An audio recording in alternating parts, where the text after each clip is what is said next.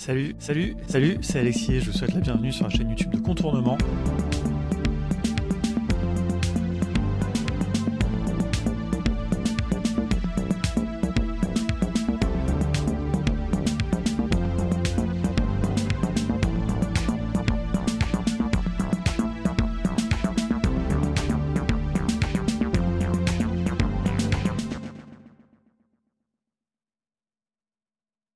Bonjour et bienvenue dans cet épisode de Rex IA et No Code, qui est une série de vidéos qui va vous permettre d'avoir des Rex, c'est-à-dire des retours d'expérience, des témoignages de personnes, que ce soit des individus, des professionnels ou autres, qui ont utilisé des nouvelles technologies, à savoir l'intelligence artificielle, notamment l'intelligence artificielle générative, et le no-code, les outils no-code. On va redéfinir très rapidement ce que c'est.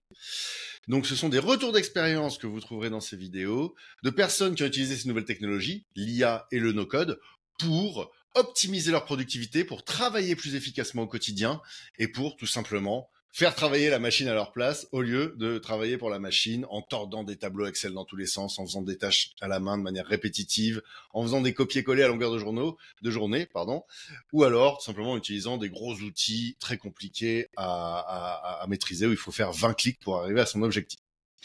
Voilà ce dont parlent ces témoignages, retour d'expérience IA et no-code. Les outils no-code, pour celles et ceux qui ne savent pas ce que c'est et qui arriveraient ici plutôt par l'IA, ce sont des outils visuels et intuitifs qui vous permettent vous-même, par vous-même, de réaliser des solutions numériques de manière visuelle. C'est-à-dire que vous n'avez pas besoin d'être informaticien ou informaticienne. Et ce qui est intéressant avec les outils no-code, c'est que ça permet de créer des solutions internes, des solutions métiers, d'automatiser des tâches et de mettre des briques d'IA à l'intérieur. Parce que l'IA et le no-code se marient très bien. Voilà pour le rappel de ce que vous trouverez dans cette interview. Et je me présente, je suis Erwan Kézard, cofondateur de Contournement. Sachant que Contournement, c'est une entreprise, c'est un organisme de formation chez qui on forme tout type de public et tout type d'entreprise à maîtriser ces nouveaux outils, ces nouvelles technologies, l'IA et les outils no-code et autres outils d'ailleurs qui permettent de travailler plus efficacement pour passer au travail du futur. En gros, l'objectif, c'est de gagner des dizaines d'heures par mois par personne et de mettre en place soi-même des solutions. Cette intro étant terminée, j'ai le plaisir aujourd'hui d'être avec Sylvain Jules, notre invité, qui représente Numéum. Numéum qui n'est pas n'importe quelle structure, car c'est la première organisation professionnelle du numérique en France. On a eu la chance de travailler avec Numéum, notamment en initiant les équipes à l'IA générative.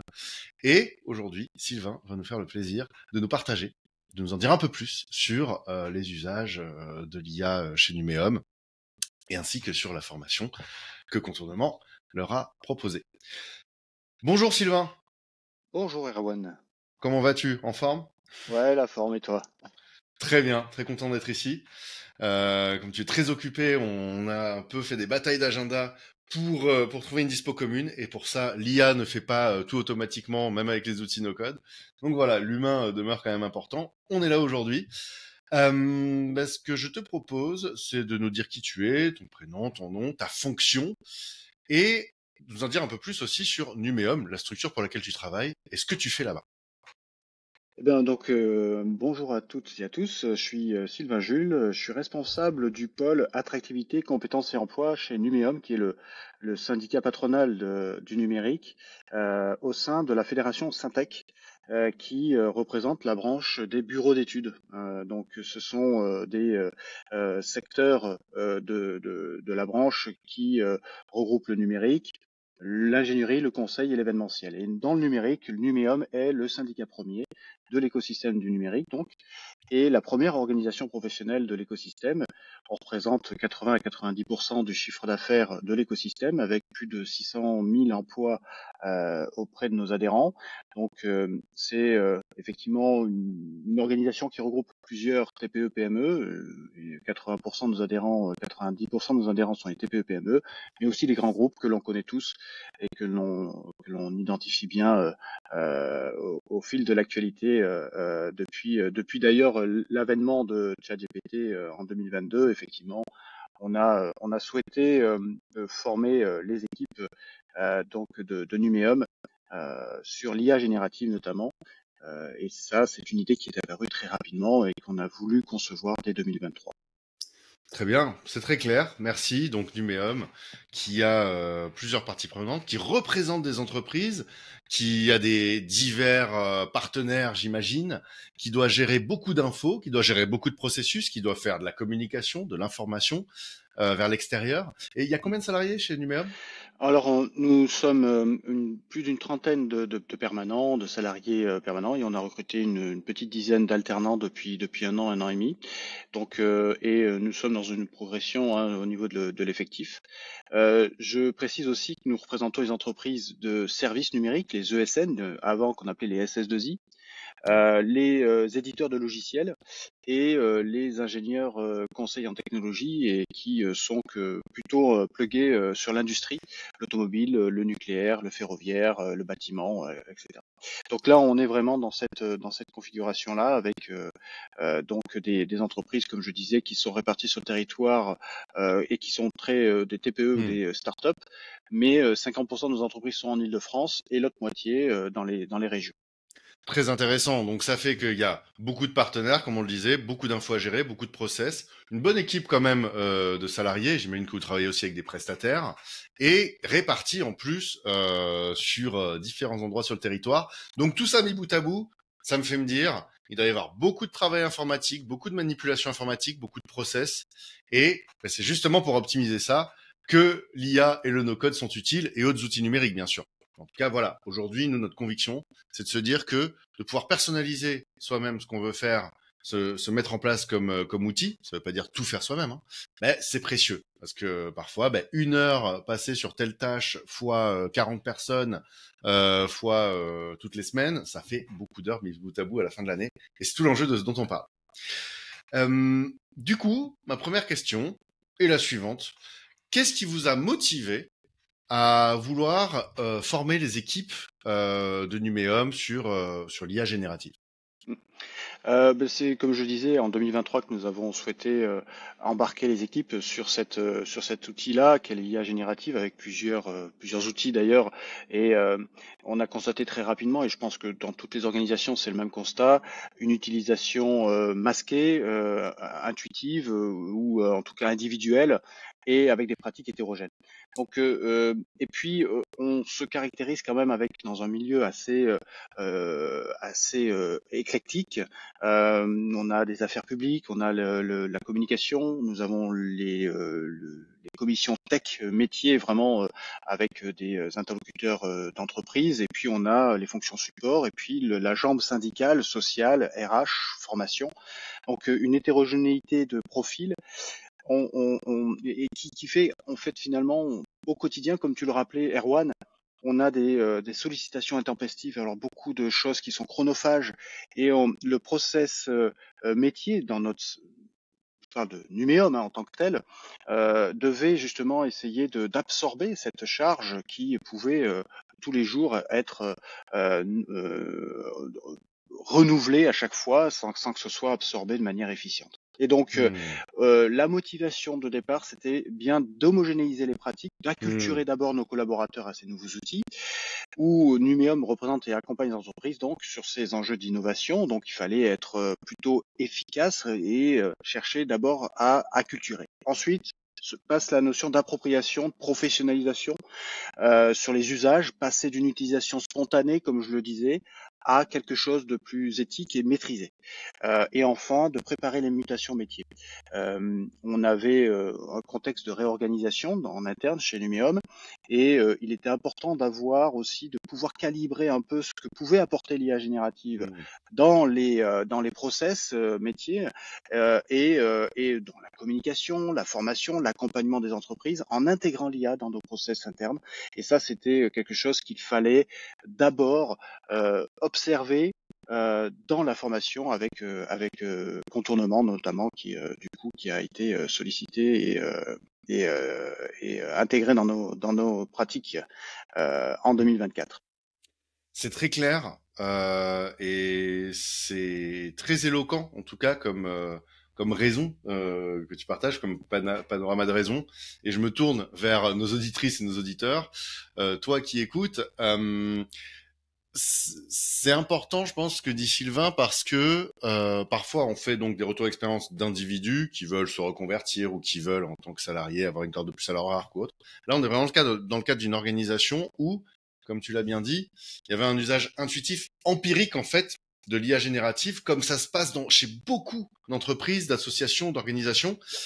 Et en effet, rien que le fait de permettre aux gens de commencer à mettre les mains dedans en connaissant les risques, en connaissant les possibilités, c'est important parce qu'en fait, il y a énormément de structures où il y a des gens qui utilisent déjà depuis un moment l'IA sans le dire et qui parfois ne savent pas que utiliser un compte gratuit ChatGPT, les données peuvent être réutilisées dans le modèle et donc ça peut mettre en risque si on met des documents dedans. Voilà, et rien que ça, c'est le niveau zéro de besoin de se former à l'IA, selon nous.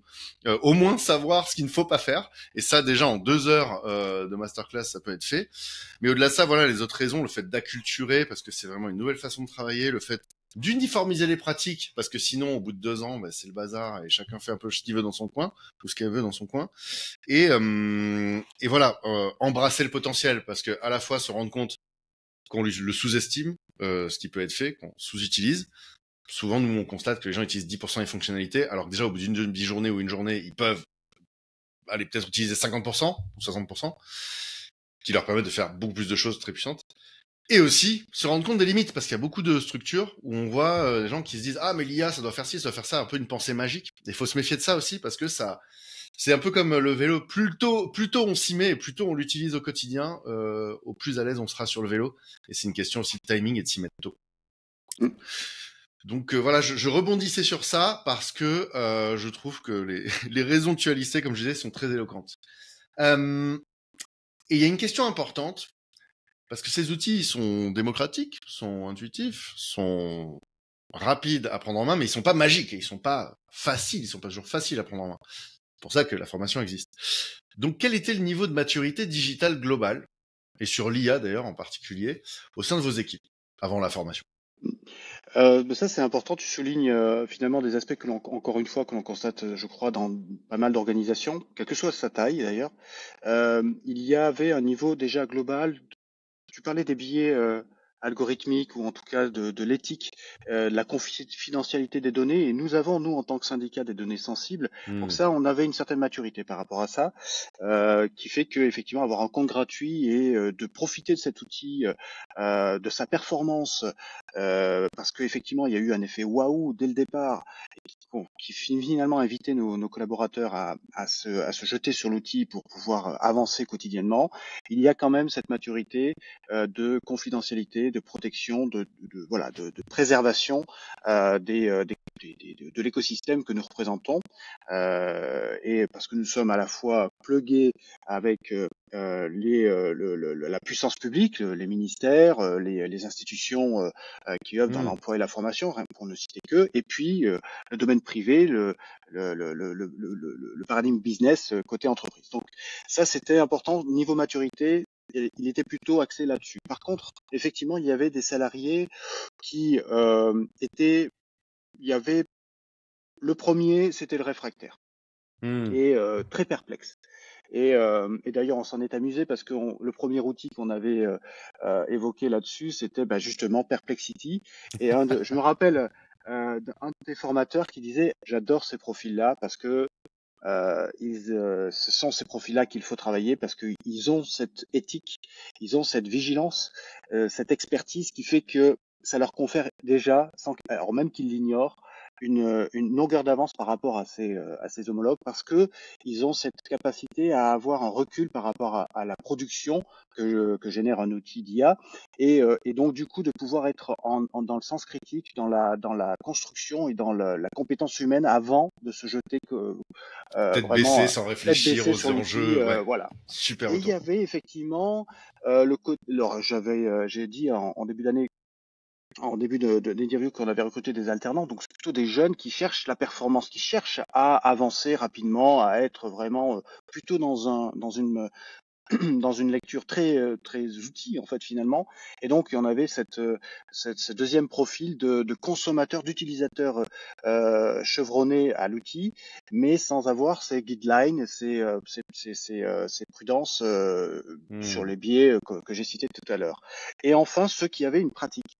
Euh, et on est tous dedans, c'est-à-dire sur le fait de pouvoir au moins sécuriser les données et être sensibilisé sur ces données sensibles et ne pas les divulguer dans un compte gratuit. On a quand même une consommation masquée, hein, tous individuelle, qui fait que finalement on avançait avec des niveaux différents, disparates, et ce qui ne, en fait, creuser l'écart sans que ça se sache. D'abord, alors le premier écart, c'était effectivement cette différence de niveau, cette différence d'approche sur l'outil, et puis enfin ces usages masqués qui étaient pour certains quotidiens, pour d'autres hebdomadaires, et pour certains c'était une fois ou deux dans le semestre, parce que ils avaient des habitudes de travail. Ouais. Très, très intéressant sur les différents types et je suis d'accord sur le profil réfractaire. Ça peut être pour des très bonnes raisons qu'on est réfractaire. D'ailleurs, c'est souvent pour des bonnes raisons. Parfois, c'est plus par rejet pur et simple et aussi parfois par méconnaissance de ce qu'on peut faire. Nous, il y a beaucoup de profils réfractaires qui disent oui, ça marche pas parce qu'ils ont peut-être lu un article il y a quelques années sur le fait que l'IA fait des erreurs et c'est vrai. Et d'ailleurs, dans nos formations, on en parle beaucoup de sur quoi, comment vérifier, comment s'assurer de réduire les risques d'erreur, comment aussi connaître les grands types d'erreurs que fait l'IA, et ainsi qu'avec les outils no-code, quoi, avoir les bonnes pratiques pour justement ne pas, on dit tout le temps et on le répète, ces outils, ces technologies donnent l'impression d'être faciles, trop facile et magiques, comme je le disais au début, alors qu'elles sont accessibles, réellement accessibles, et en fait, on se rend pas forcément compte qu'il faut des bonnes pratiques, il faut un peu de méthodo, mais ça s'apprend rapidement. Il n'y a pas besoin de se former 3 mois sur les bonnes pratiques et les bases. C'est des choses qui parfois, en 1 heure, pour partie d'entre elles, peuvent déjà être bien acquises et pratiquées. Il y en a d'autres qui prennent un peu plus de temps si on veut monter en niveau. Mais en effet, ces réfractaires-là, souvent, quand ils voient ce qu'on peut faire et quand ils se rendent compte, en tout cas dans notre cas, qu'on n'est pas en train de juste promouvoir sans réfléchir aux conséquences et qu'on dit attention, faut être optimiste, enfin, faut être enthousiaste mais réaliste. Ça rassure aussi parce que si on voit quand même beaucoup de messages sur LinkedIn ou même de prestataires qui vous disent non, c'est bon, on y va, on fonce. Non, d'abord, faut cadrer, faut réfléchir aux enjeux juridiques. Mais voilà, sans avoir à déployer un effort de plusieurs mois. Ça va vite. Donc voilà, sur le réfractaire, très intéressant. On va passer sur quelques cas concrets après, quelques descriptions de cas d'usage, mais avant ça, c'est important de savoir quels sont les outils que vous utilisez ou quel est l'outil concrètement, parce que dans les IA génératives, il y a ChatGPT que tout le monde connaît, il y a Claude, il y a Copilot, il y a Mistral, etc. Vous utilisez quoi? Alors, populairement, enfin de manière très partagée, c'est ChatGPT évidemment, avec des comptes individuels, mais très rapidement, on a eu un compte entreprise pour sécuriser notamment les données, comme j'ai pu l'évoquer tout à l'heure. Donc, on a un compte entreprise ChatGPT. On fait appel aussi beaucoup à NotebookLM, qui nous permet, parce qu'on a beaucoup de documents, beaucoup vraiment beaucoup de contenu à analyser et ça nous paraît être assez élevé comme niveau côté NotebookLM. On a Perplexity, je l'ai dit tout à l'heure, parce qu'on doit aussi sécuriser nos sources. Alors ça, maintenant, donc on le fait de plus en plus, mais il y avait on appréciait le recours à cet outil IA pour justement aller constater si la source est bien fiable, etc. Et ça, c'était vraiment l'un des biais historiques de ChatGPT où on ne savait pas où on pouvait ignorer Petite la parenthèse source. pédagogique, Perplexity, en effet, c'est une IA, enfin un LLM, un outil d'IA, pour faire simple, qui met très en avant les sources dont il s'inspire. C'est pas pour rien qu'il y a Google derrière, quand c'est un outil créé par Google. Donc, en effet, pour vérifier, c'est vraiment plus approprié d'utiliser Perplexity sur les choses où il faut vraiment vérifier, là où Claude et ChatGPT peuvent le faire, mais ils le font moins spontanément. Mm. Très bien. Ouais, mais après du coup voilà, c'était ça sur tous les outils d'IA générative. Bon après la communication a bien essayé de prendre un peu le mouvement de mid-journée ou mais sur ou de Wall-E, je crois, sur Dali. Dali, pardon. Donc tout ça, ce C'est sont autre des chose. IA pour générer des images, des illustrations, des visuels. Ouais. Voilà, et ça, bon, très vite, on a une com institutionnelle, on n'a pas voulu trop improviser quelque chose. On fait appel à des professionnels qui peuvent se servir d'une IA Ouais. plutôt customisable qui respecte notre signature corporate, quoi, on va dire, entre guillemets. Hmm. Et puis, non, mais après, effectivement, on a côté service marketing, ils font appel à du no-code plutôt, ils sont sur Zapier et Airtable. Et Ah, super. puis, et puis on se met, et c'est un peu hétérogène là parce que chacun a son propre outil. Ça devient, notamment sur les outils collaboratifs, beaucoup utilisent Notion. Ouais. Mais quand on a affaire à beaucoup d'acteurs, beaucoup de partenaires, tu l'as dit tout à l'heure, et c'est très juste.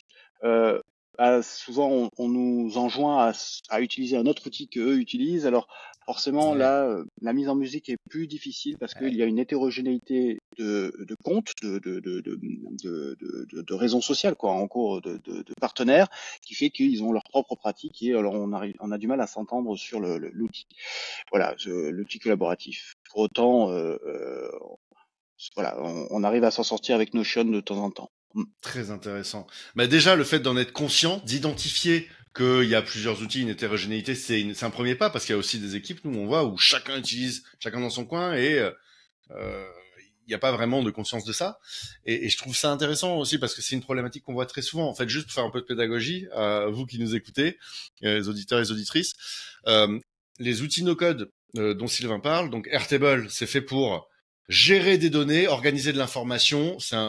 Ce qu'on fait normalement à contre-emploi dans Excel en bricolant comme on peut. Là, c'est vraiment fait pour prendre des informations et créer vraiment de petits applicatifs autour très pratiques. C'est très visuel, c'est très intuitif, très coloré aussi, ce qui ne gâche rien.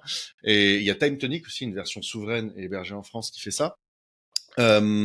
Zapier, c'est pour interconnecter les outils et automatiser.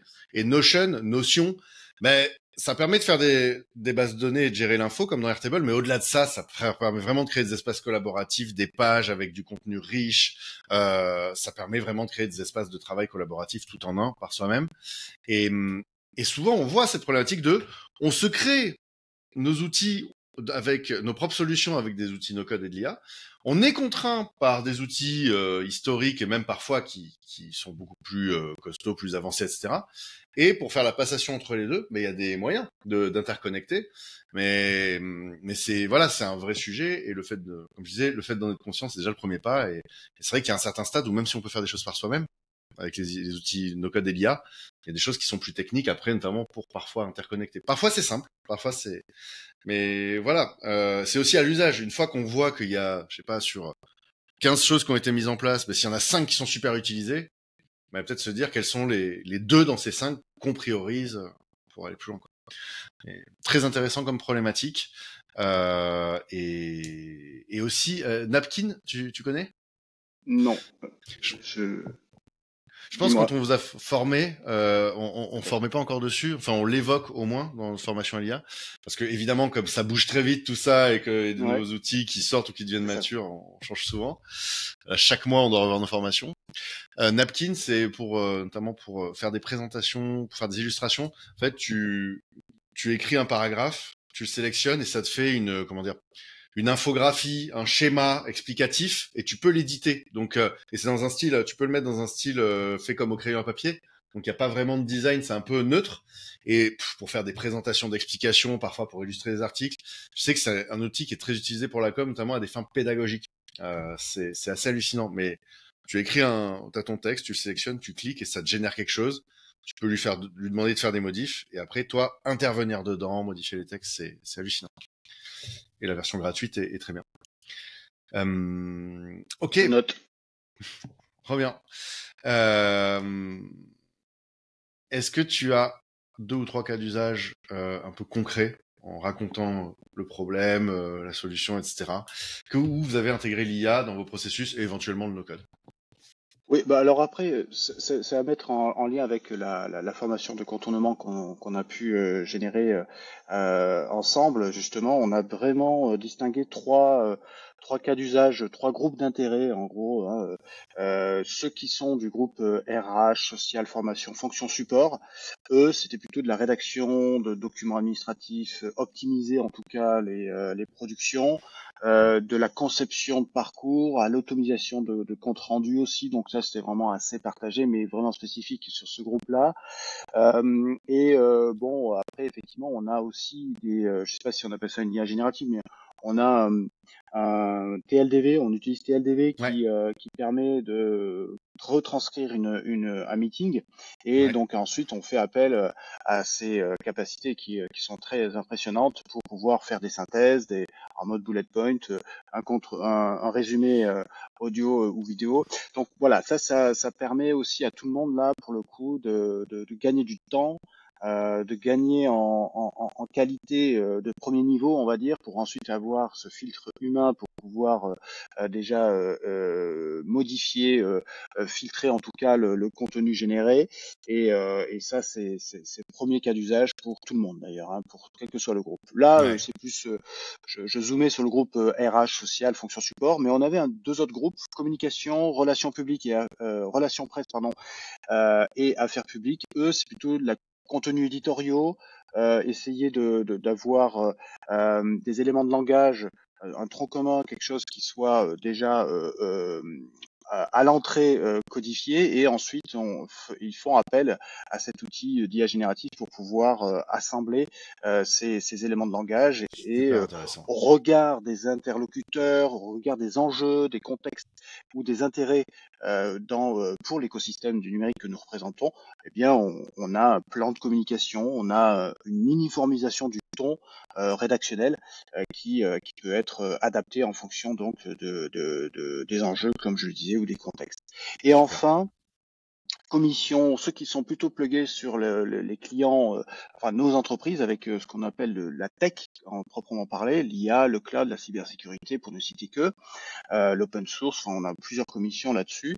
Eux, plutôt des comptes rendus techniques, des préparations de support d'animation de commission, et Hmm. puis des mini assistants internes. Là aussi, on Ouais. avait, mais là aussi un peu partagé carrément, vraiment par tout le monde, de pouvoir aussi passer au niveau supérieur, au-delà de la consommation, on va dire lambda, hein, partagée, populaire, de ChatGPT ou d'autres. C'est aussi de pouvoir se créer des assistants personnalisés. Et Oui. je peux parler du mien d'ailleurs. Ouais. J'ai beaucoup d'études, beaucoup de marchés publics, avec des offres qui nous arrivent, qui sont pléthoriques. Parfois, il y a 30, voire 90 offres, et il faut sélectionner un attributaire, ou 4-5 maximum. Alors évidemment, on se fait aider par nos opérateurs de compétences, ou par des prestataires aussi, mais lorsqu'on doit arbitrer sur le pool de prestataires shortlistés, eh bien on a cette capacité j'ai pu créer un assistant personnalisé pour analyser et essayer de mesurer les écarts au-delà Hmm. du tarif, quoi. Parce que là, je préfère avoir une lecture humaine, savoir si moi je suis prêt à y mettre plus que moi par rapport à ce qui est proposé en prestations intellectuelles, en méthodologie, etc. Et bien là, j'ai un assistant personnalisé qui me permet d'aller à l'essentiel. Et si j'ai un doute, ben je vais Super. tourner les pages. Je Bien vais sûr. avoir ce filtre humain, bien sûr, mais je vais directement là où je dois aller chercher l'info, et c'est super Hmm. confortable, vraiment. Ouais, c'est super intéressant ce cas-là d'assistant. D'ailleurs, petit moment pédagogique, chère auditrice, chers auditeurs. On parle d'assistants, hein, pas d'agents. Les assistants dans l'IA, c'est assez simple à paramétrer. Tu lui dis une bonne fois pour toutes ce qu'il devra faire, cet assistant. Bah, à chaque fois, je vais te fournir des documents. Alors mes critères, c'est ça, tu devras faire ça. D'ailleurs, je te mets des exemples de ce que j'attends en pièces jointes. Voilà, tu dis une bonne fois pour toutes. Et à chaque fois que tu iras dans cet assistant, tu lui fournis un nouveau document. Hop, il va te faire ce que tu avais paramétré. Et tu peux l'éditer au fur et à mesure, l'améliorer par petites touches. Les agents, c'est plus complexe. Là, ça fait des actions, ça doit faire des arbitrages en quelque sorte. Donc là, c'est pas vraiment le sujet d'aujourd'hui. Mais de toute façon, après, je vais te demander en combien de temps vous avez mis tout ça. Mais super intéressant le cas de l'assistant parce que là, au lieu d'à chaque fois de redire la même chose en oubliant des éléments et tout à ChatGPT, Là, il est briefé une bonne fois pour toutes.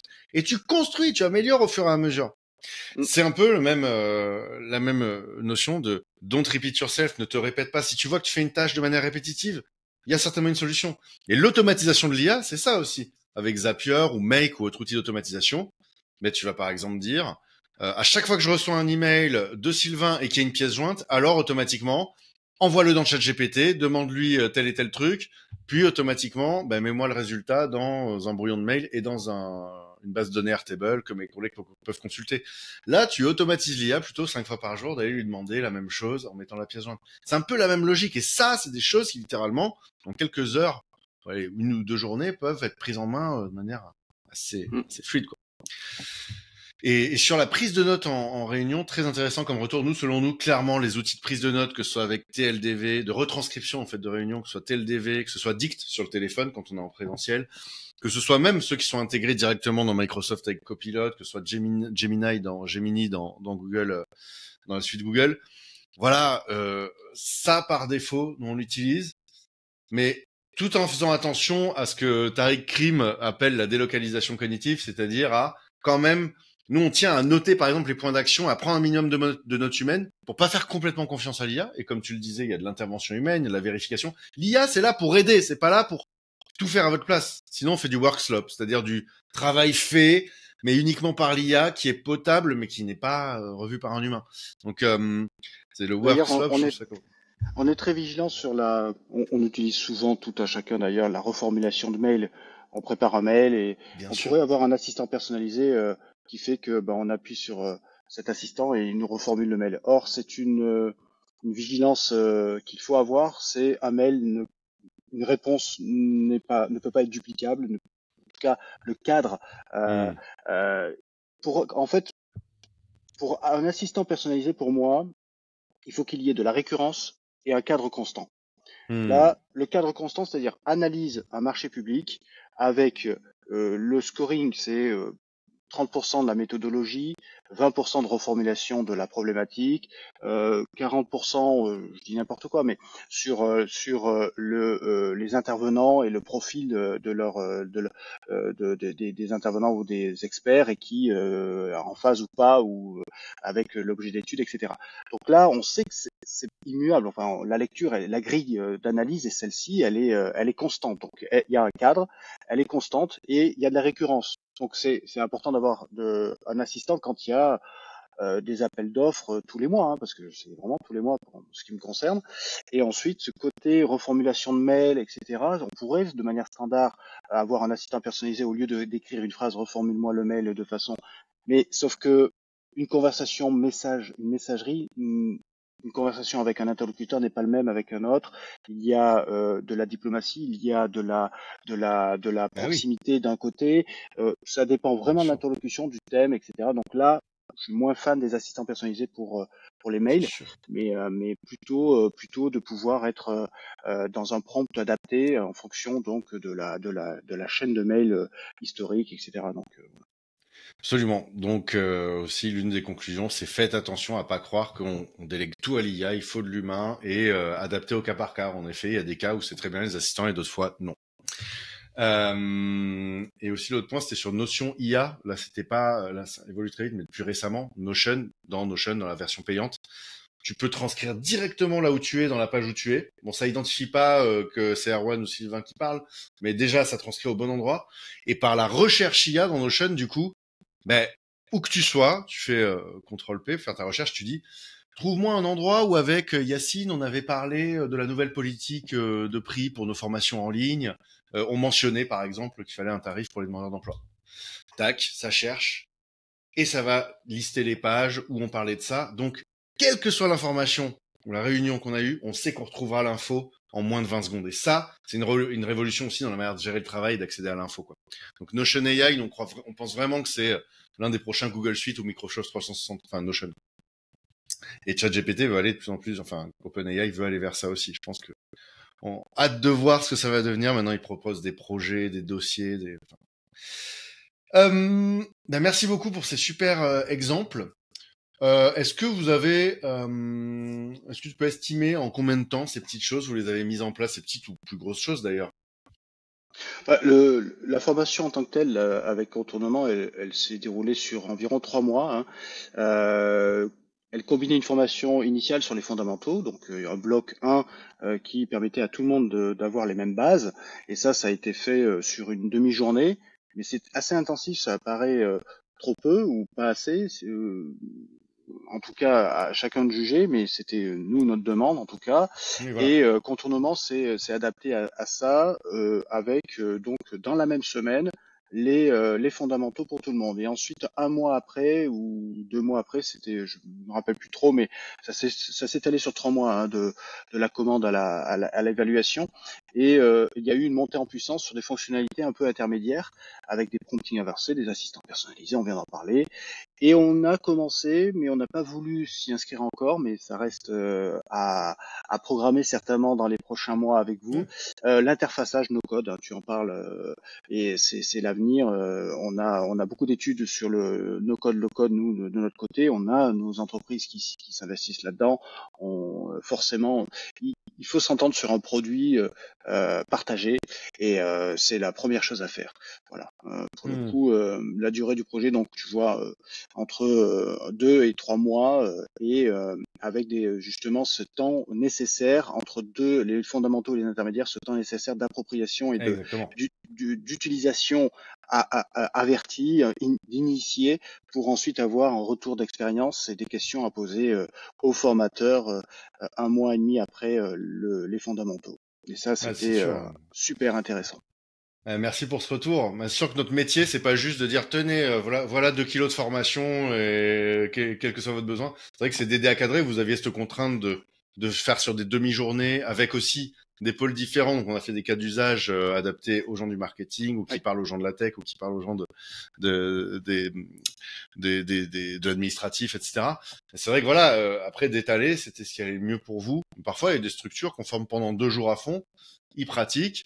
Puis on se revoit quelques mois après, donc c'est normal d'y aller aussi brique par brique. C'est-à-dire, on ne croit pas en le fait de dire allez, on enferme tout le monde pendant 2 jours quoi qu'il arrive, et puis on se reverra dans un an. Si non, Mais la faut rythmer préparation, ça c'est quoi. ça. La préparation comme de la commande à l'évaluation, ça a duré 3 mois, mais les deux fondamentaux et intermédiaires, c'est allé sur 1 mois et demi, donc Ouais. avec ce laps de temps que j'écrivais. Mais l'important, c'est la préparation. Et vraiment, les contenus par groupe ont été très pertinents parce que travailler l'ingénierie pédagogique en amont est différenciante et prépondérante pour la réussite du projet, clairement.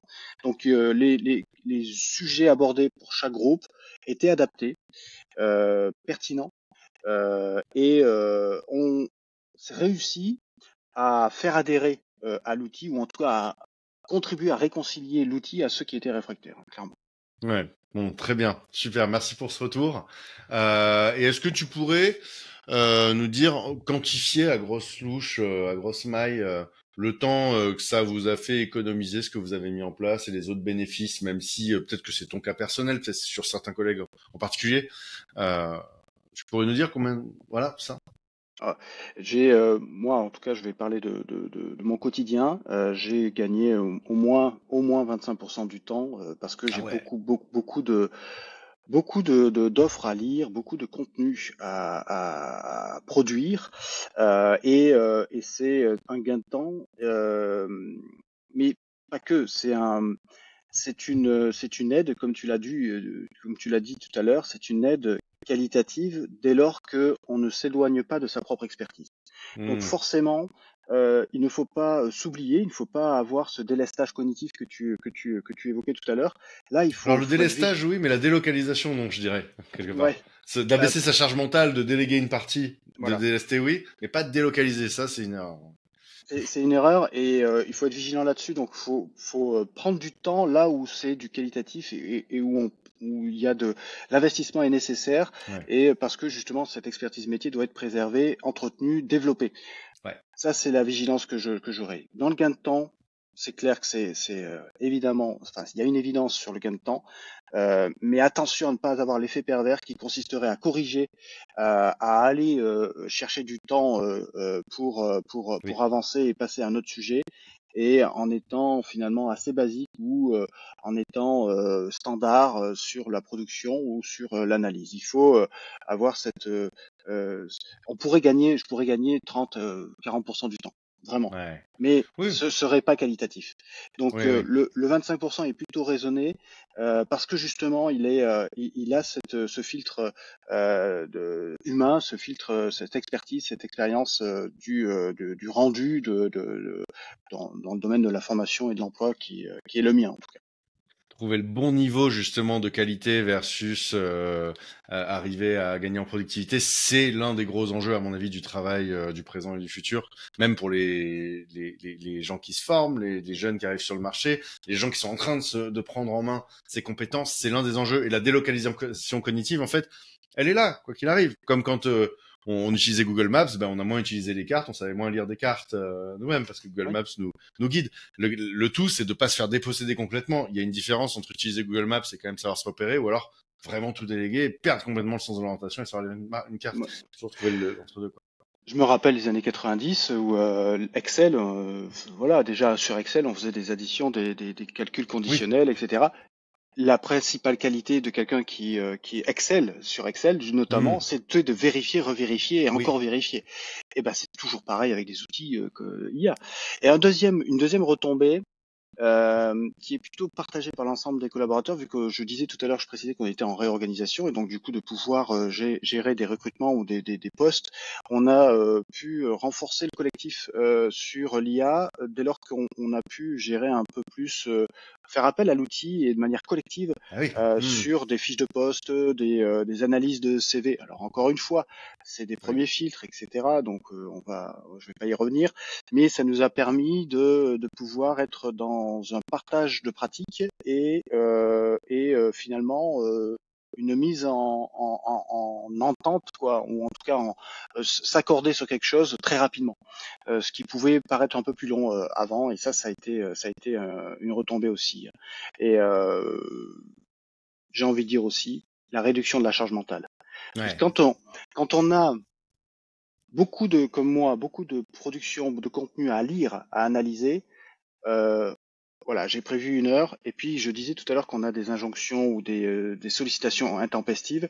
Eh bien, ça se décale dans le temps, donc je peux pas le faire parce que voilà, Ça on me sollicite s'accumule. pendant un quart d'heure ou 20 minutes, et donc du coup, il me reste plus qu'une demi-heure ou 40 minutes, et donc je le reporte à demain, etc. Si je fais tourner la machine, au moins je sais qu'il y a quelque chose qui tourne pendant que je fais autre chose que je n'avais pas prévu à la base, mais que je dois le faire.